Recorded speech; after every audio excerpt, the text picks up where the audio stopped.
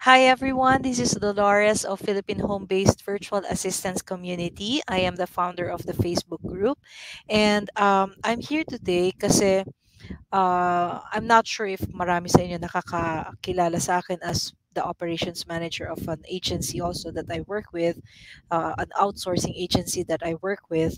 I am here as the founder of Philippine Home-Based Virtual Assistance Community.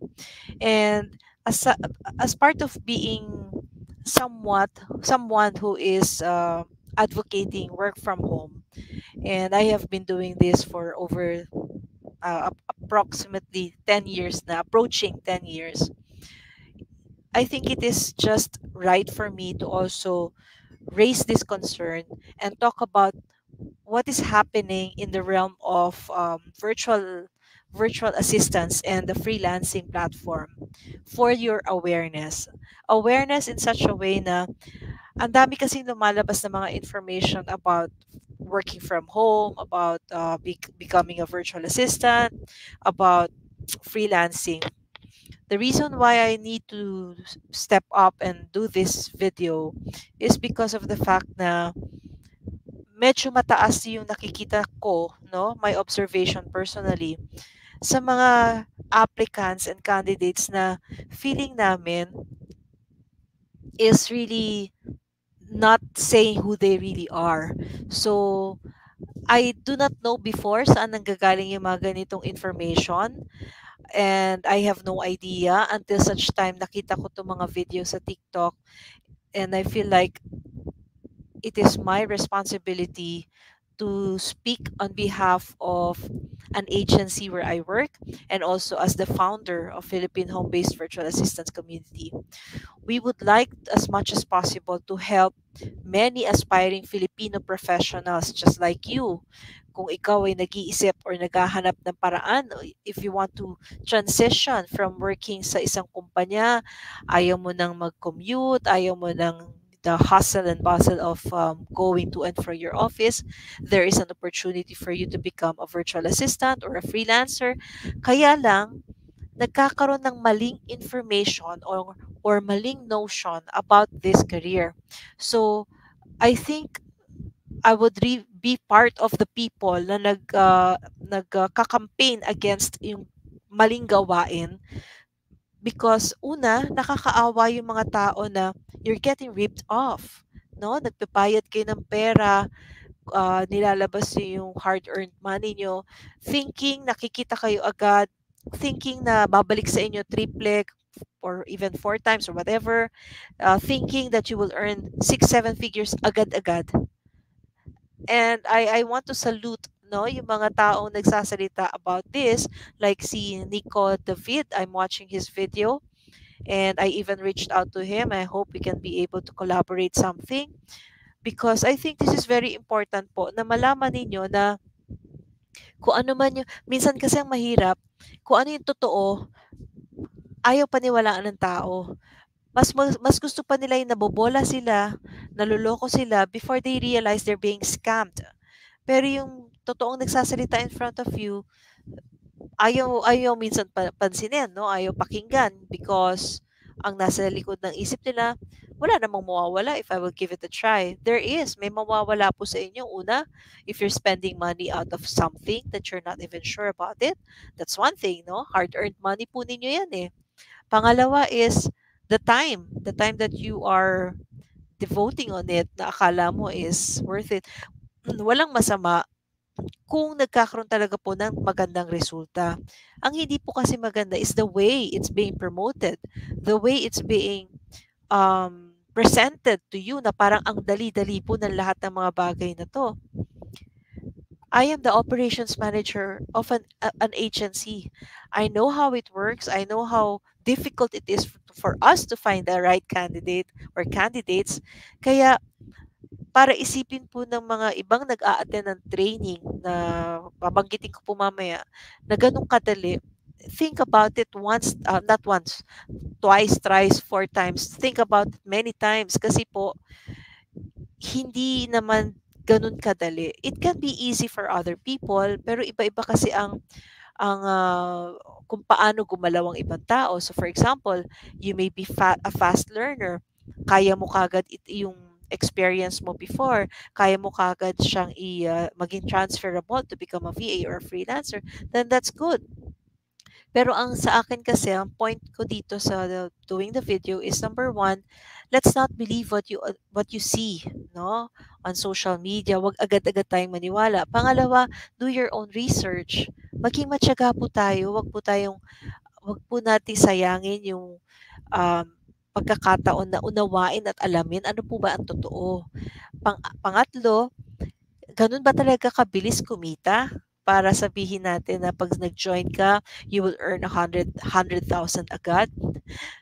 I don't know, pero ako I never promised anything like that ever since I started my community. So I just want to do a shout out to Mr. Nico David. You're really doing a great job. I salute you on that, and that made me realize na I cannot just keep myself mum about it because affected po kami, directly affected kami dahil we post yung mga job openings namin sa company where I work, and sometimes or madalas we will see a lot of resume that are really hindi man bogus, pero marami rin kami na encounter ng mga candidates na they're saying this, but when they're tested, they know nothing about anything. So let's hop into it, and I will just share a screen para makita natin yung isang topic na gusto ko ring parang i-dissect with Mr. Nico David. Okay? So I saw his video over YouTube, and he's talking about Frank Miano. I don't know this guy, Franklin Miano. I've never heard of him. But here he is selling a lot of I can see him on TikTok. Nagbebenta siya ng actually hindi naman bebenta, sorry for the word. Parang he's highly promoting the MSB, which I don't know about it, no? Walang problema if he's going to do something like that kung talagang beneficial, makatotohanan, and true to what he is saying. So that's why never ako nagpatawag ng coach, no? It's not a problem kung tawagin kang coach kung talaga namang you earned it. Like for example, I am as a practitioner, I'm a CLDP practitioner. Nag-aral po ako. I took a course about that and I took my certification about that. Pero hindi ko para ipangalandakan sa mundo na, hi, I have this blah blah blah. Yung iba kasi dinadagdag yung salitang coach because I don't know, for what or every reason, maybe para mabenta yung whatever they're offering. Pero sana wag nating gawing ganong kadali.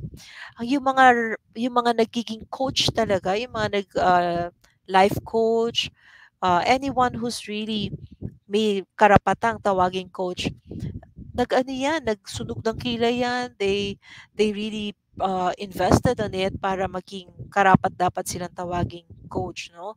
I am not saying you're not supposed to be called or addressed as a coach, pero sana tama yung paggamit natin ng title. Okay? Now I'm just going to play the video.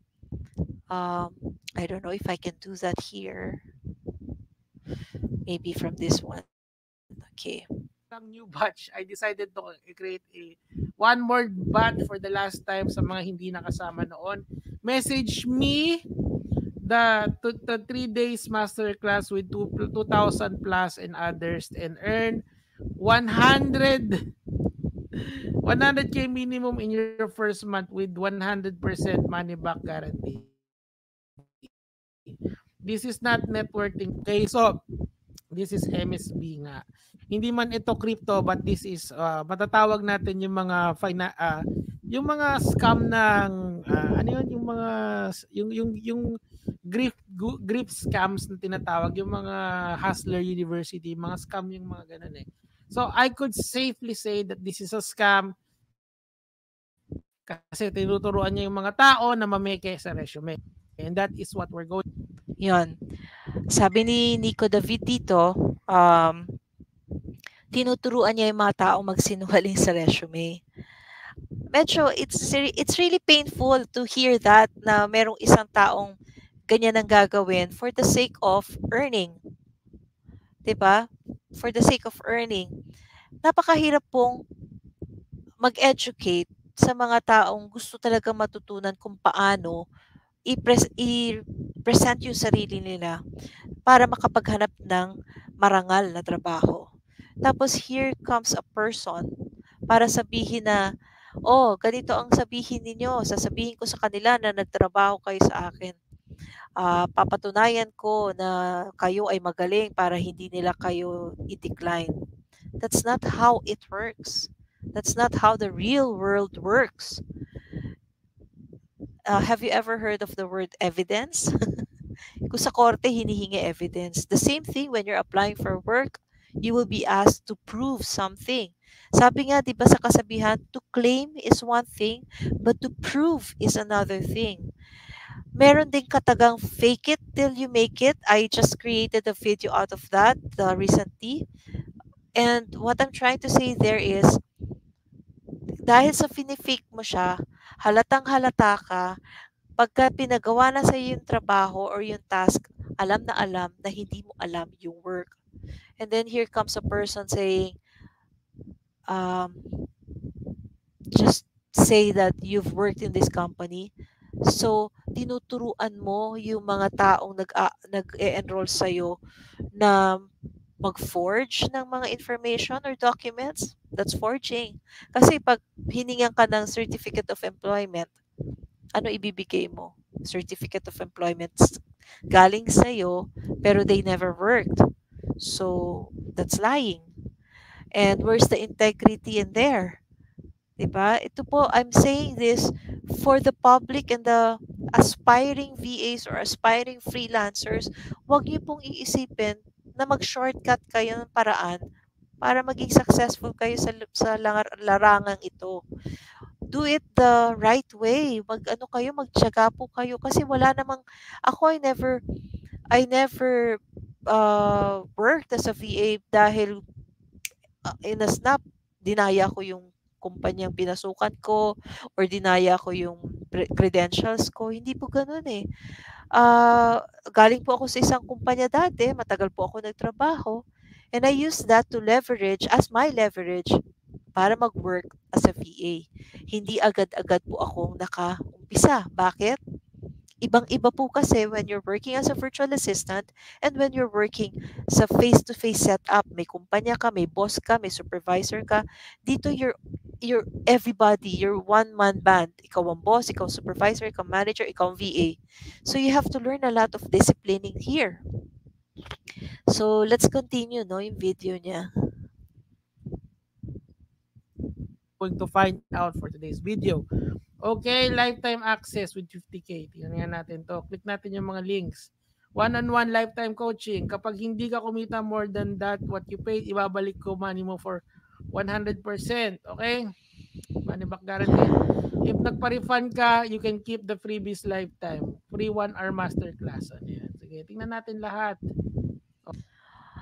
Alam mo, hindi ko gagawin to sanang I will not do this video sana kung hindi ko nakapanood tong si Nico David, si Mr. Thaddeus, I forgot his first name, Arthur or Richard Thaddeus.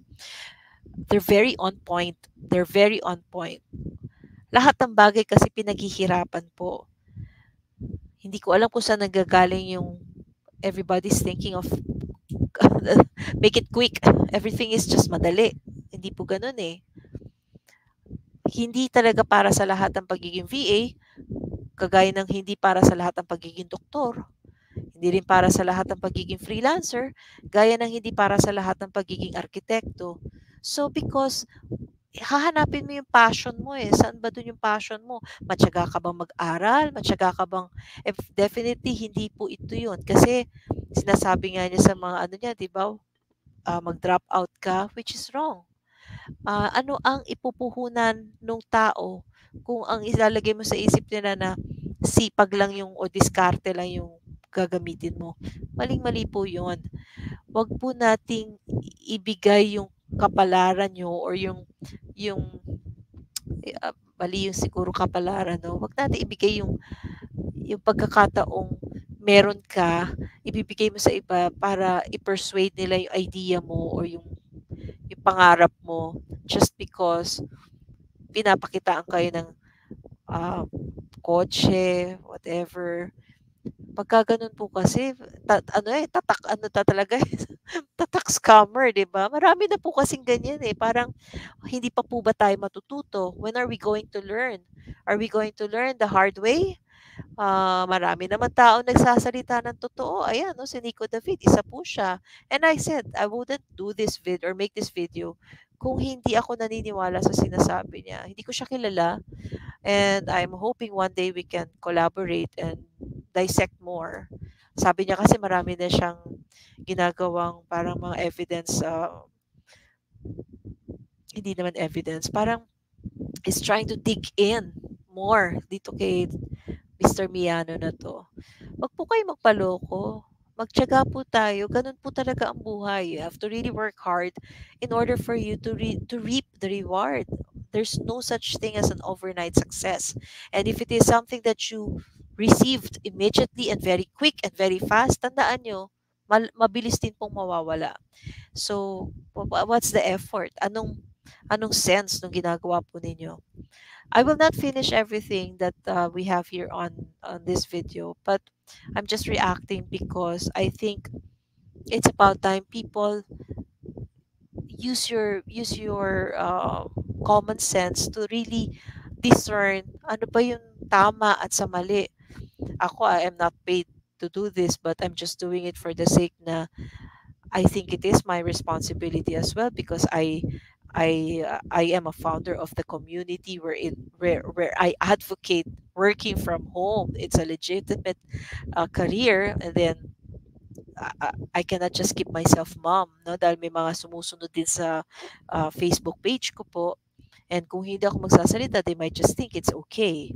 So yun po, I hope this video can also help you realize and help you think better, think twice before you shell out your money, before you give your money to someone else who's claiming to get rich, that you can get rich and earn six figures without an experience. So, maging totoo lang po din kayo sa sarili nyo. Yun lang po. Maraming salamat, and have a wonderful day. Yun lang. Yeah, I can't go out. There you go.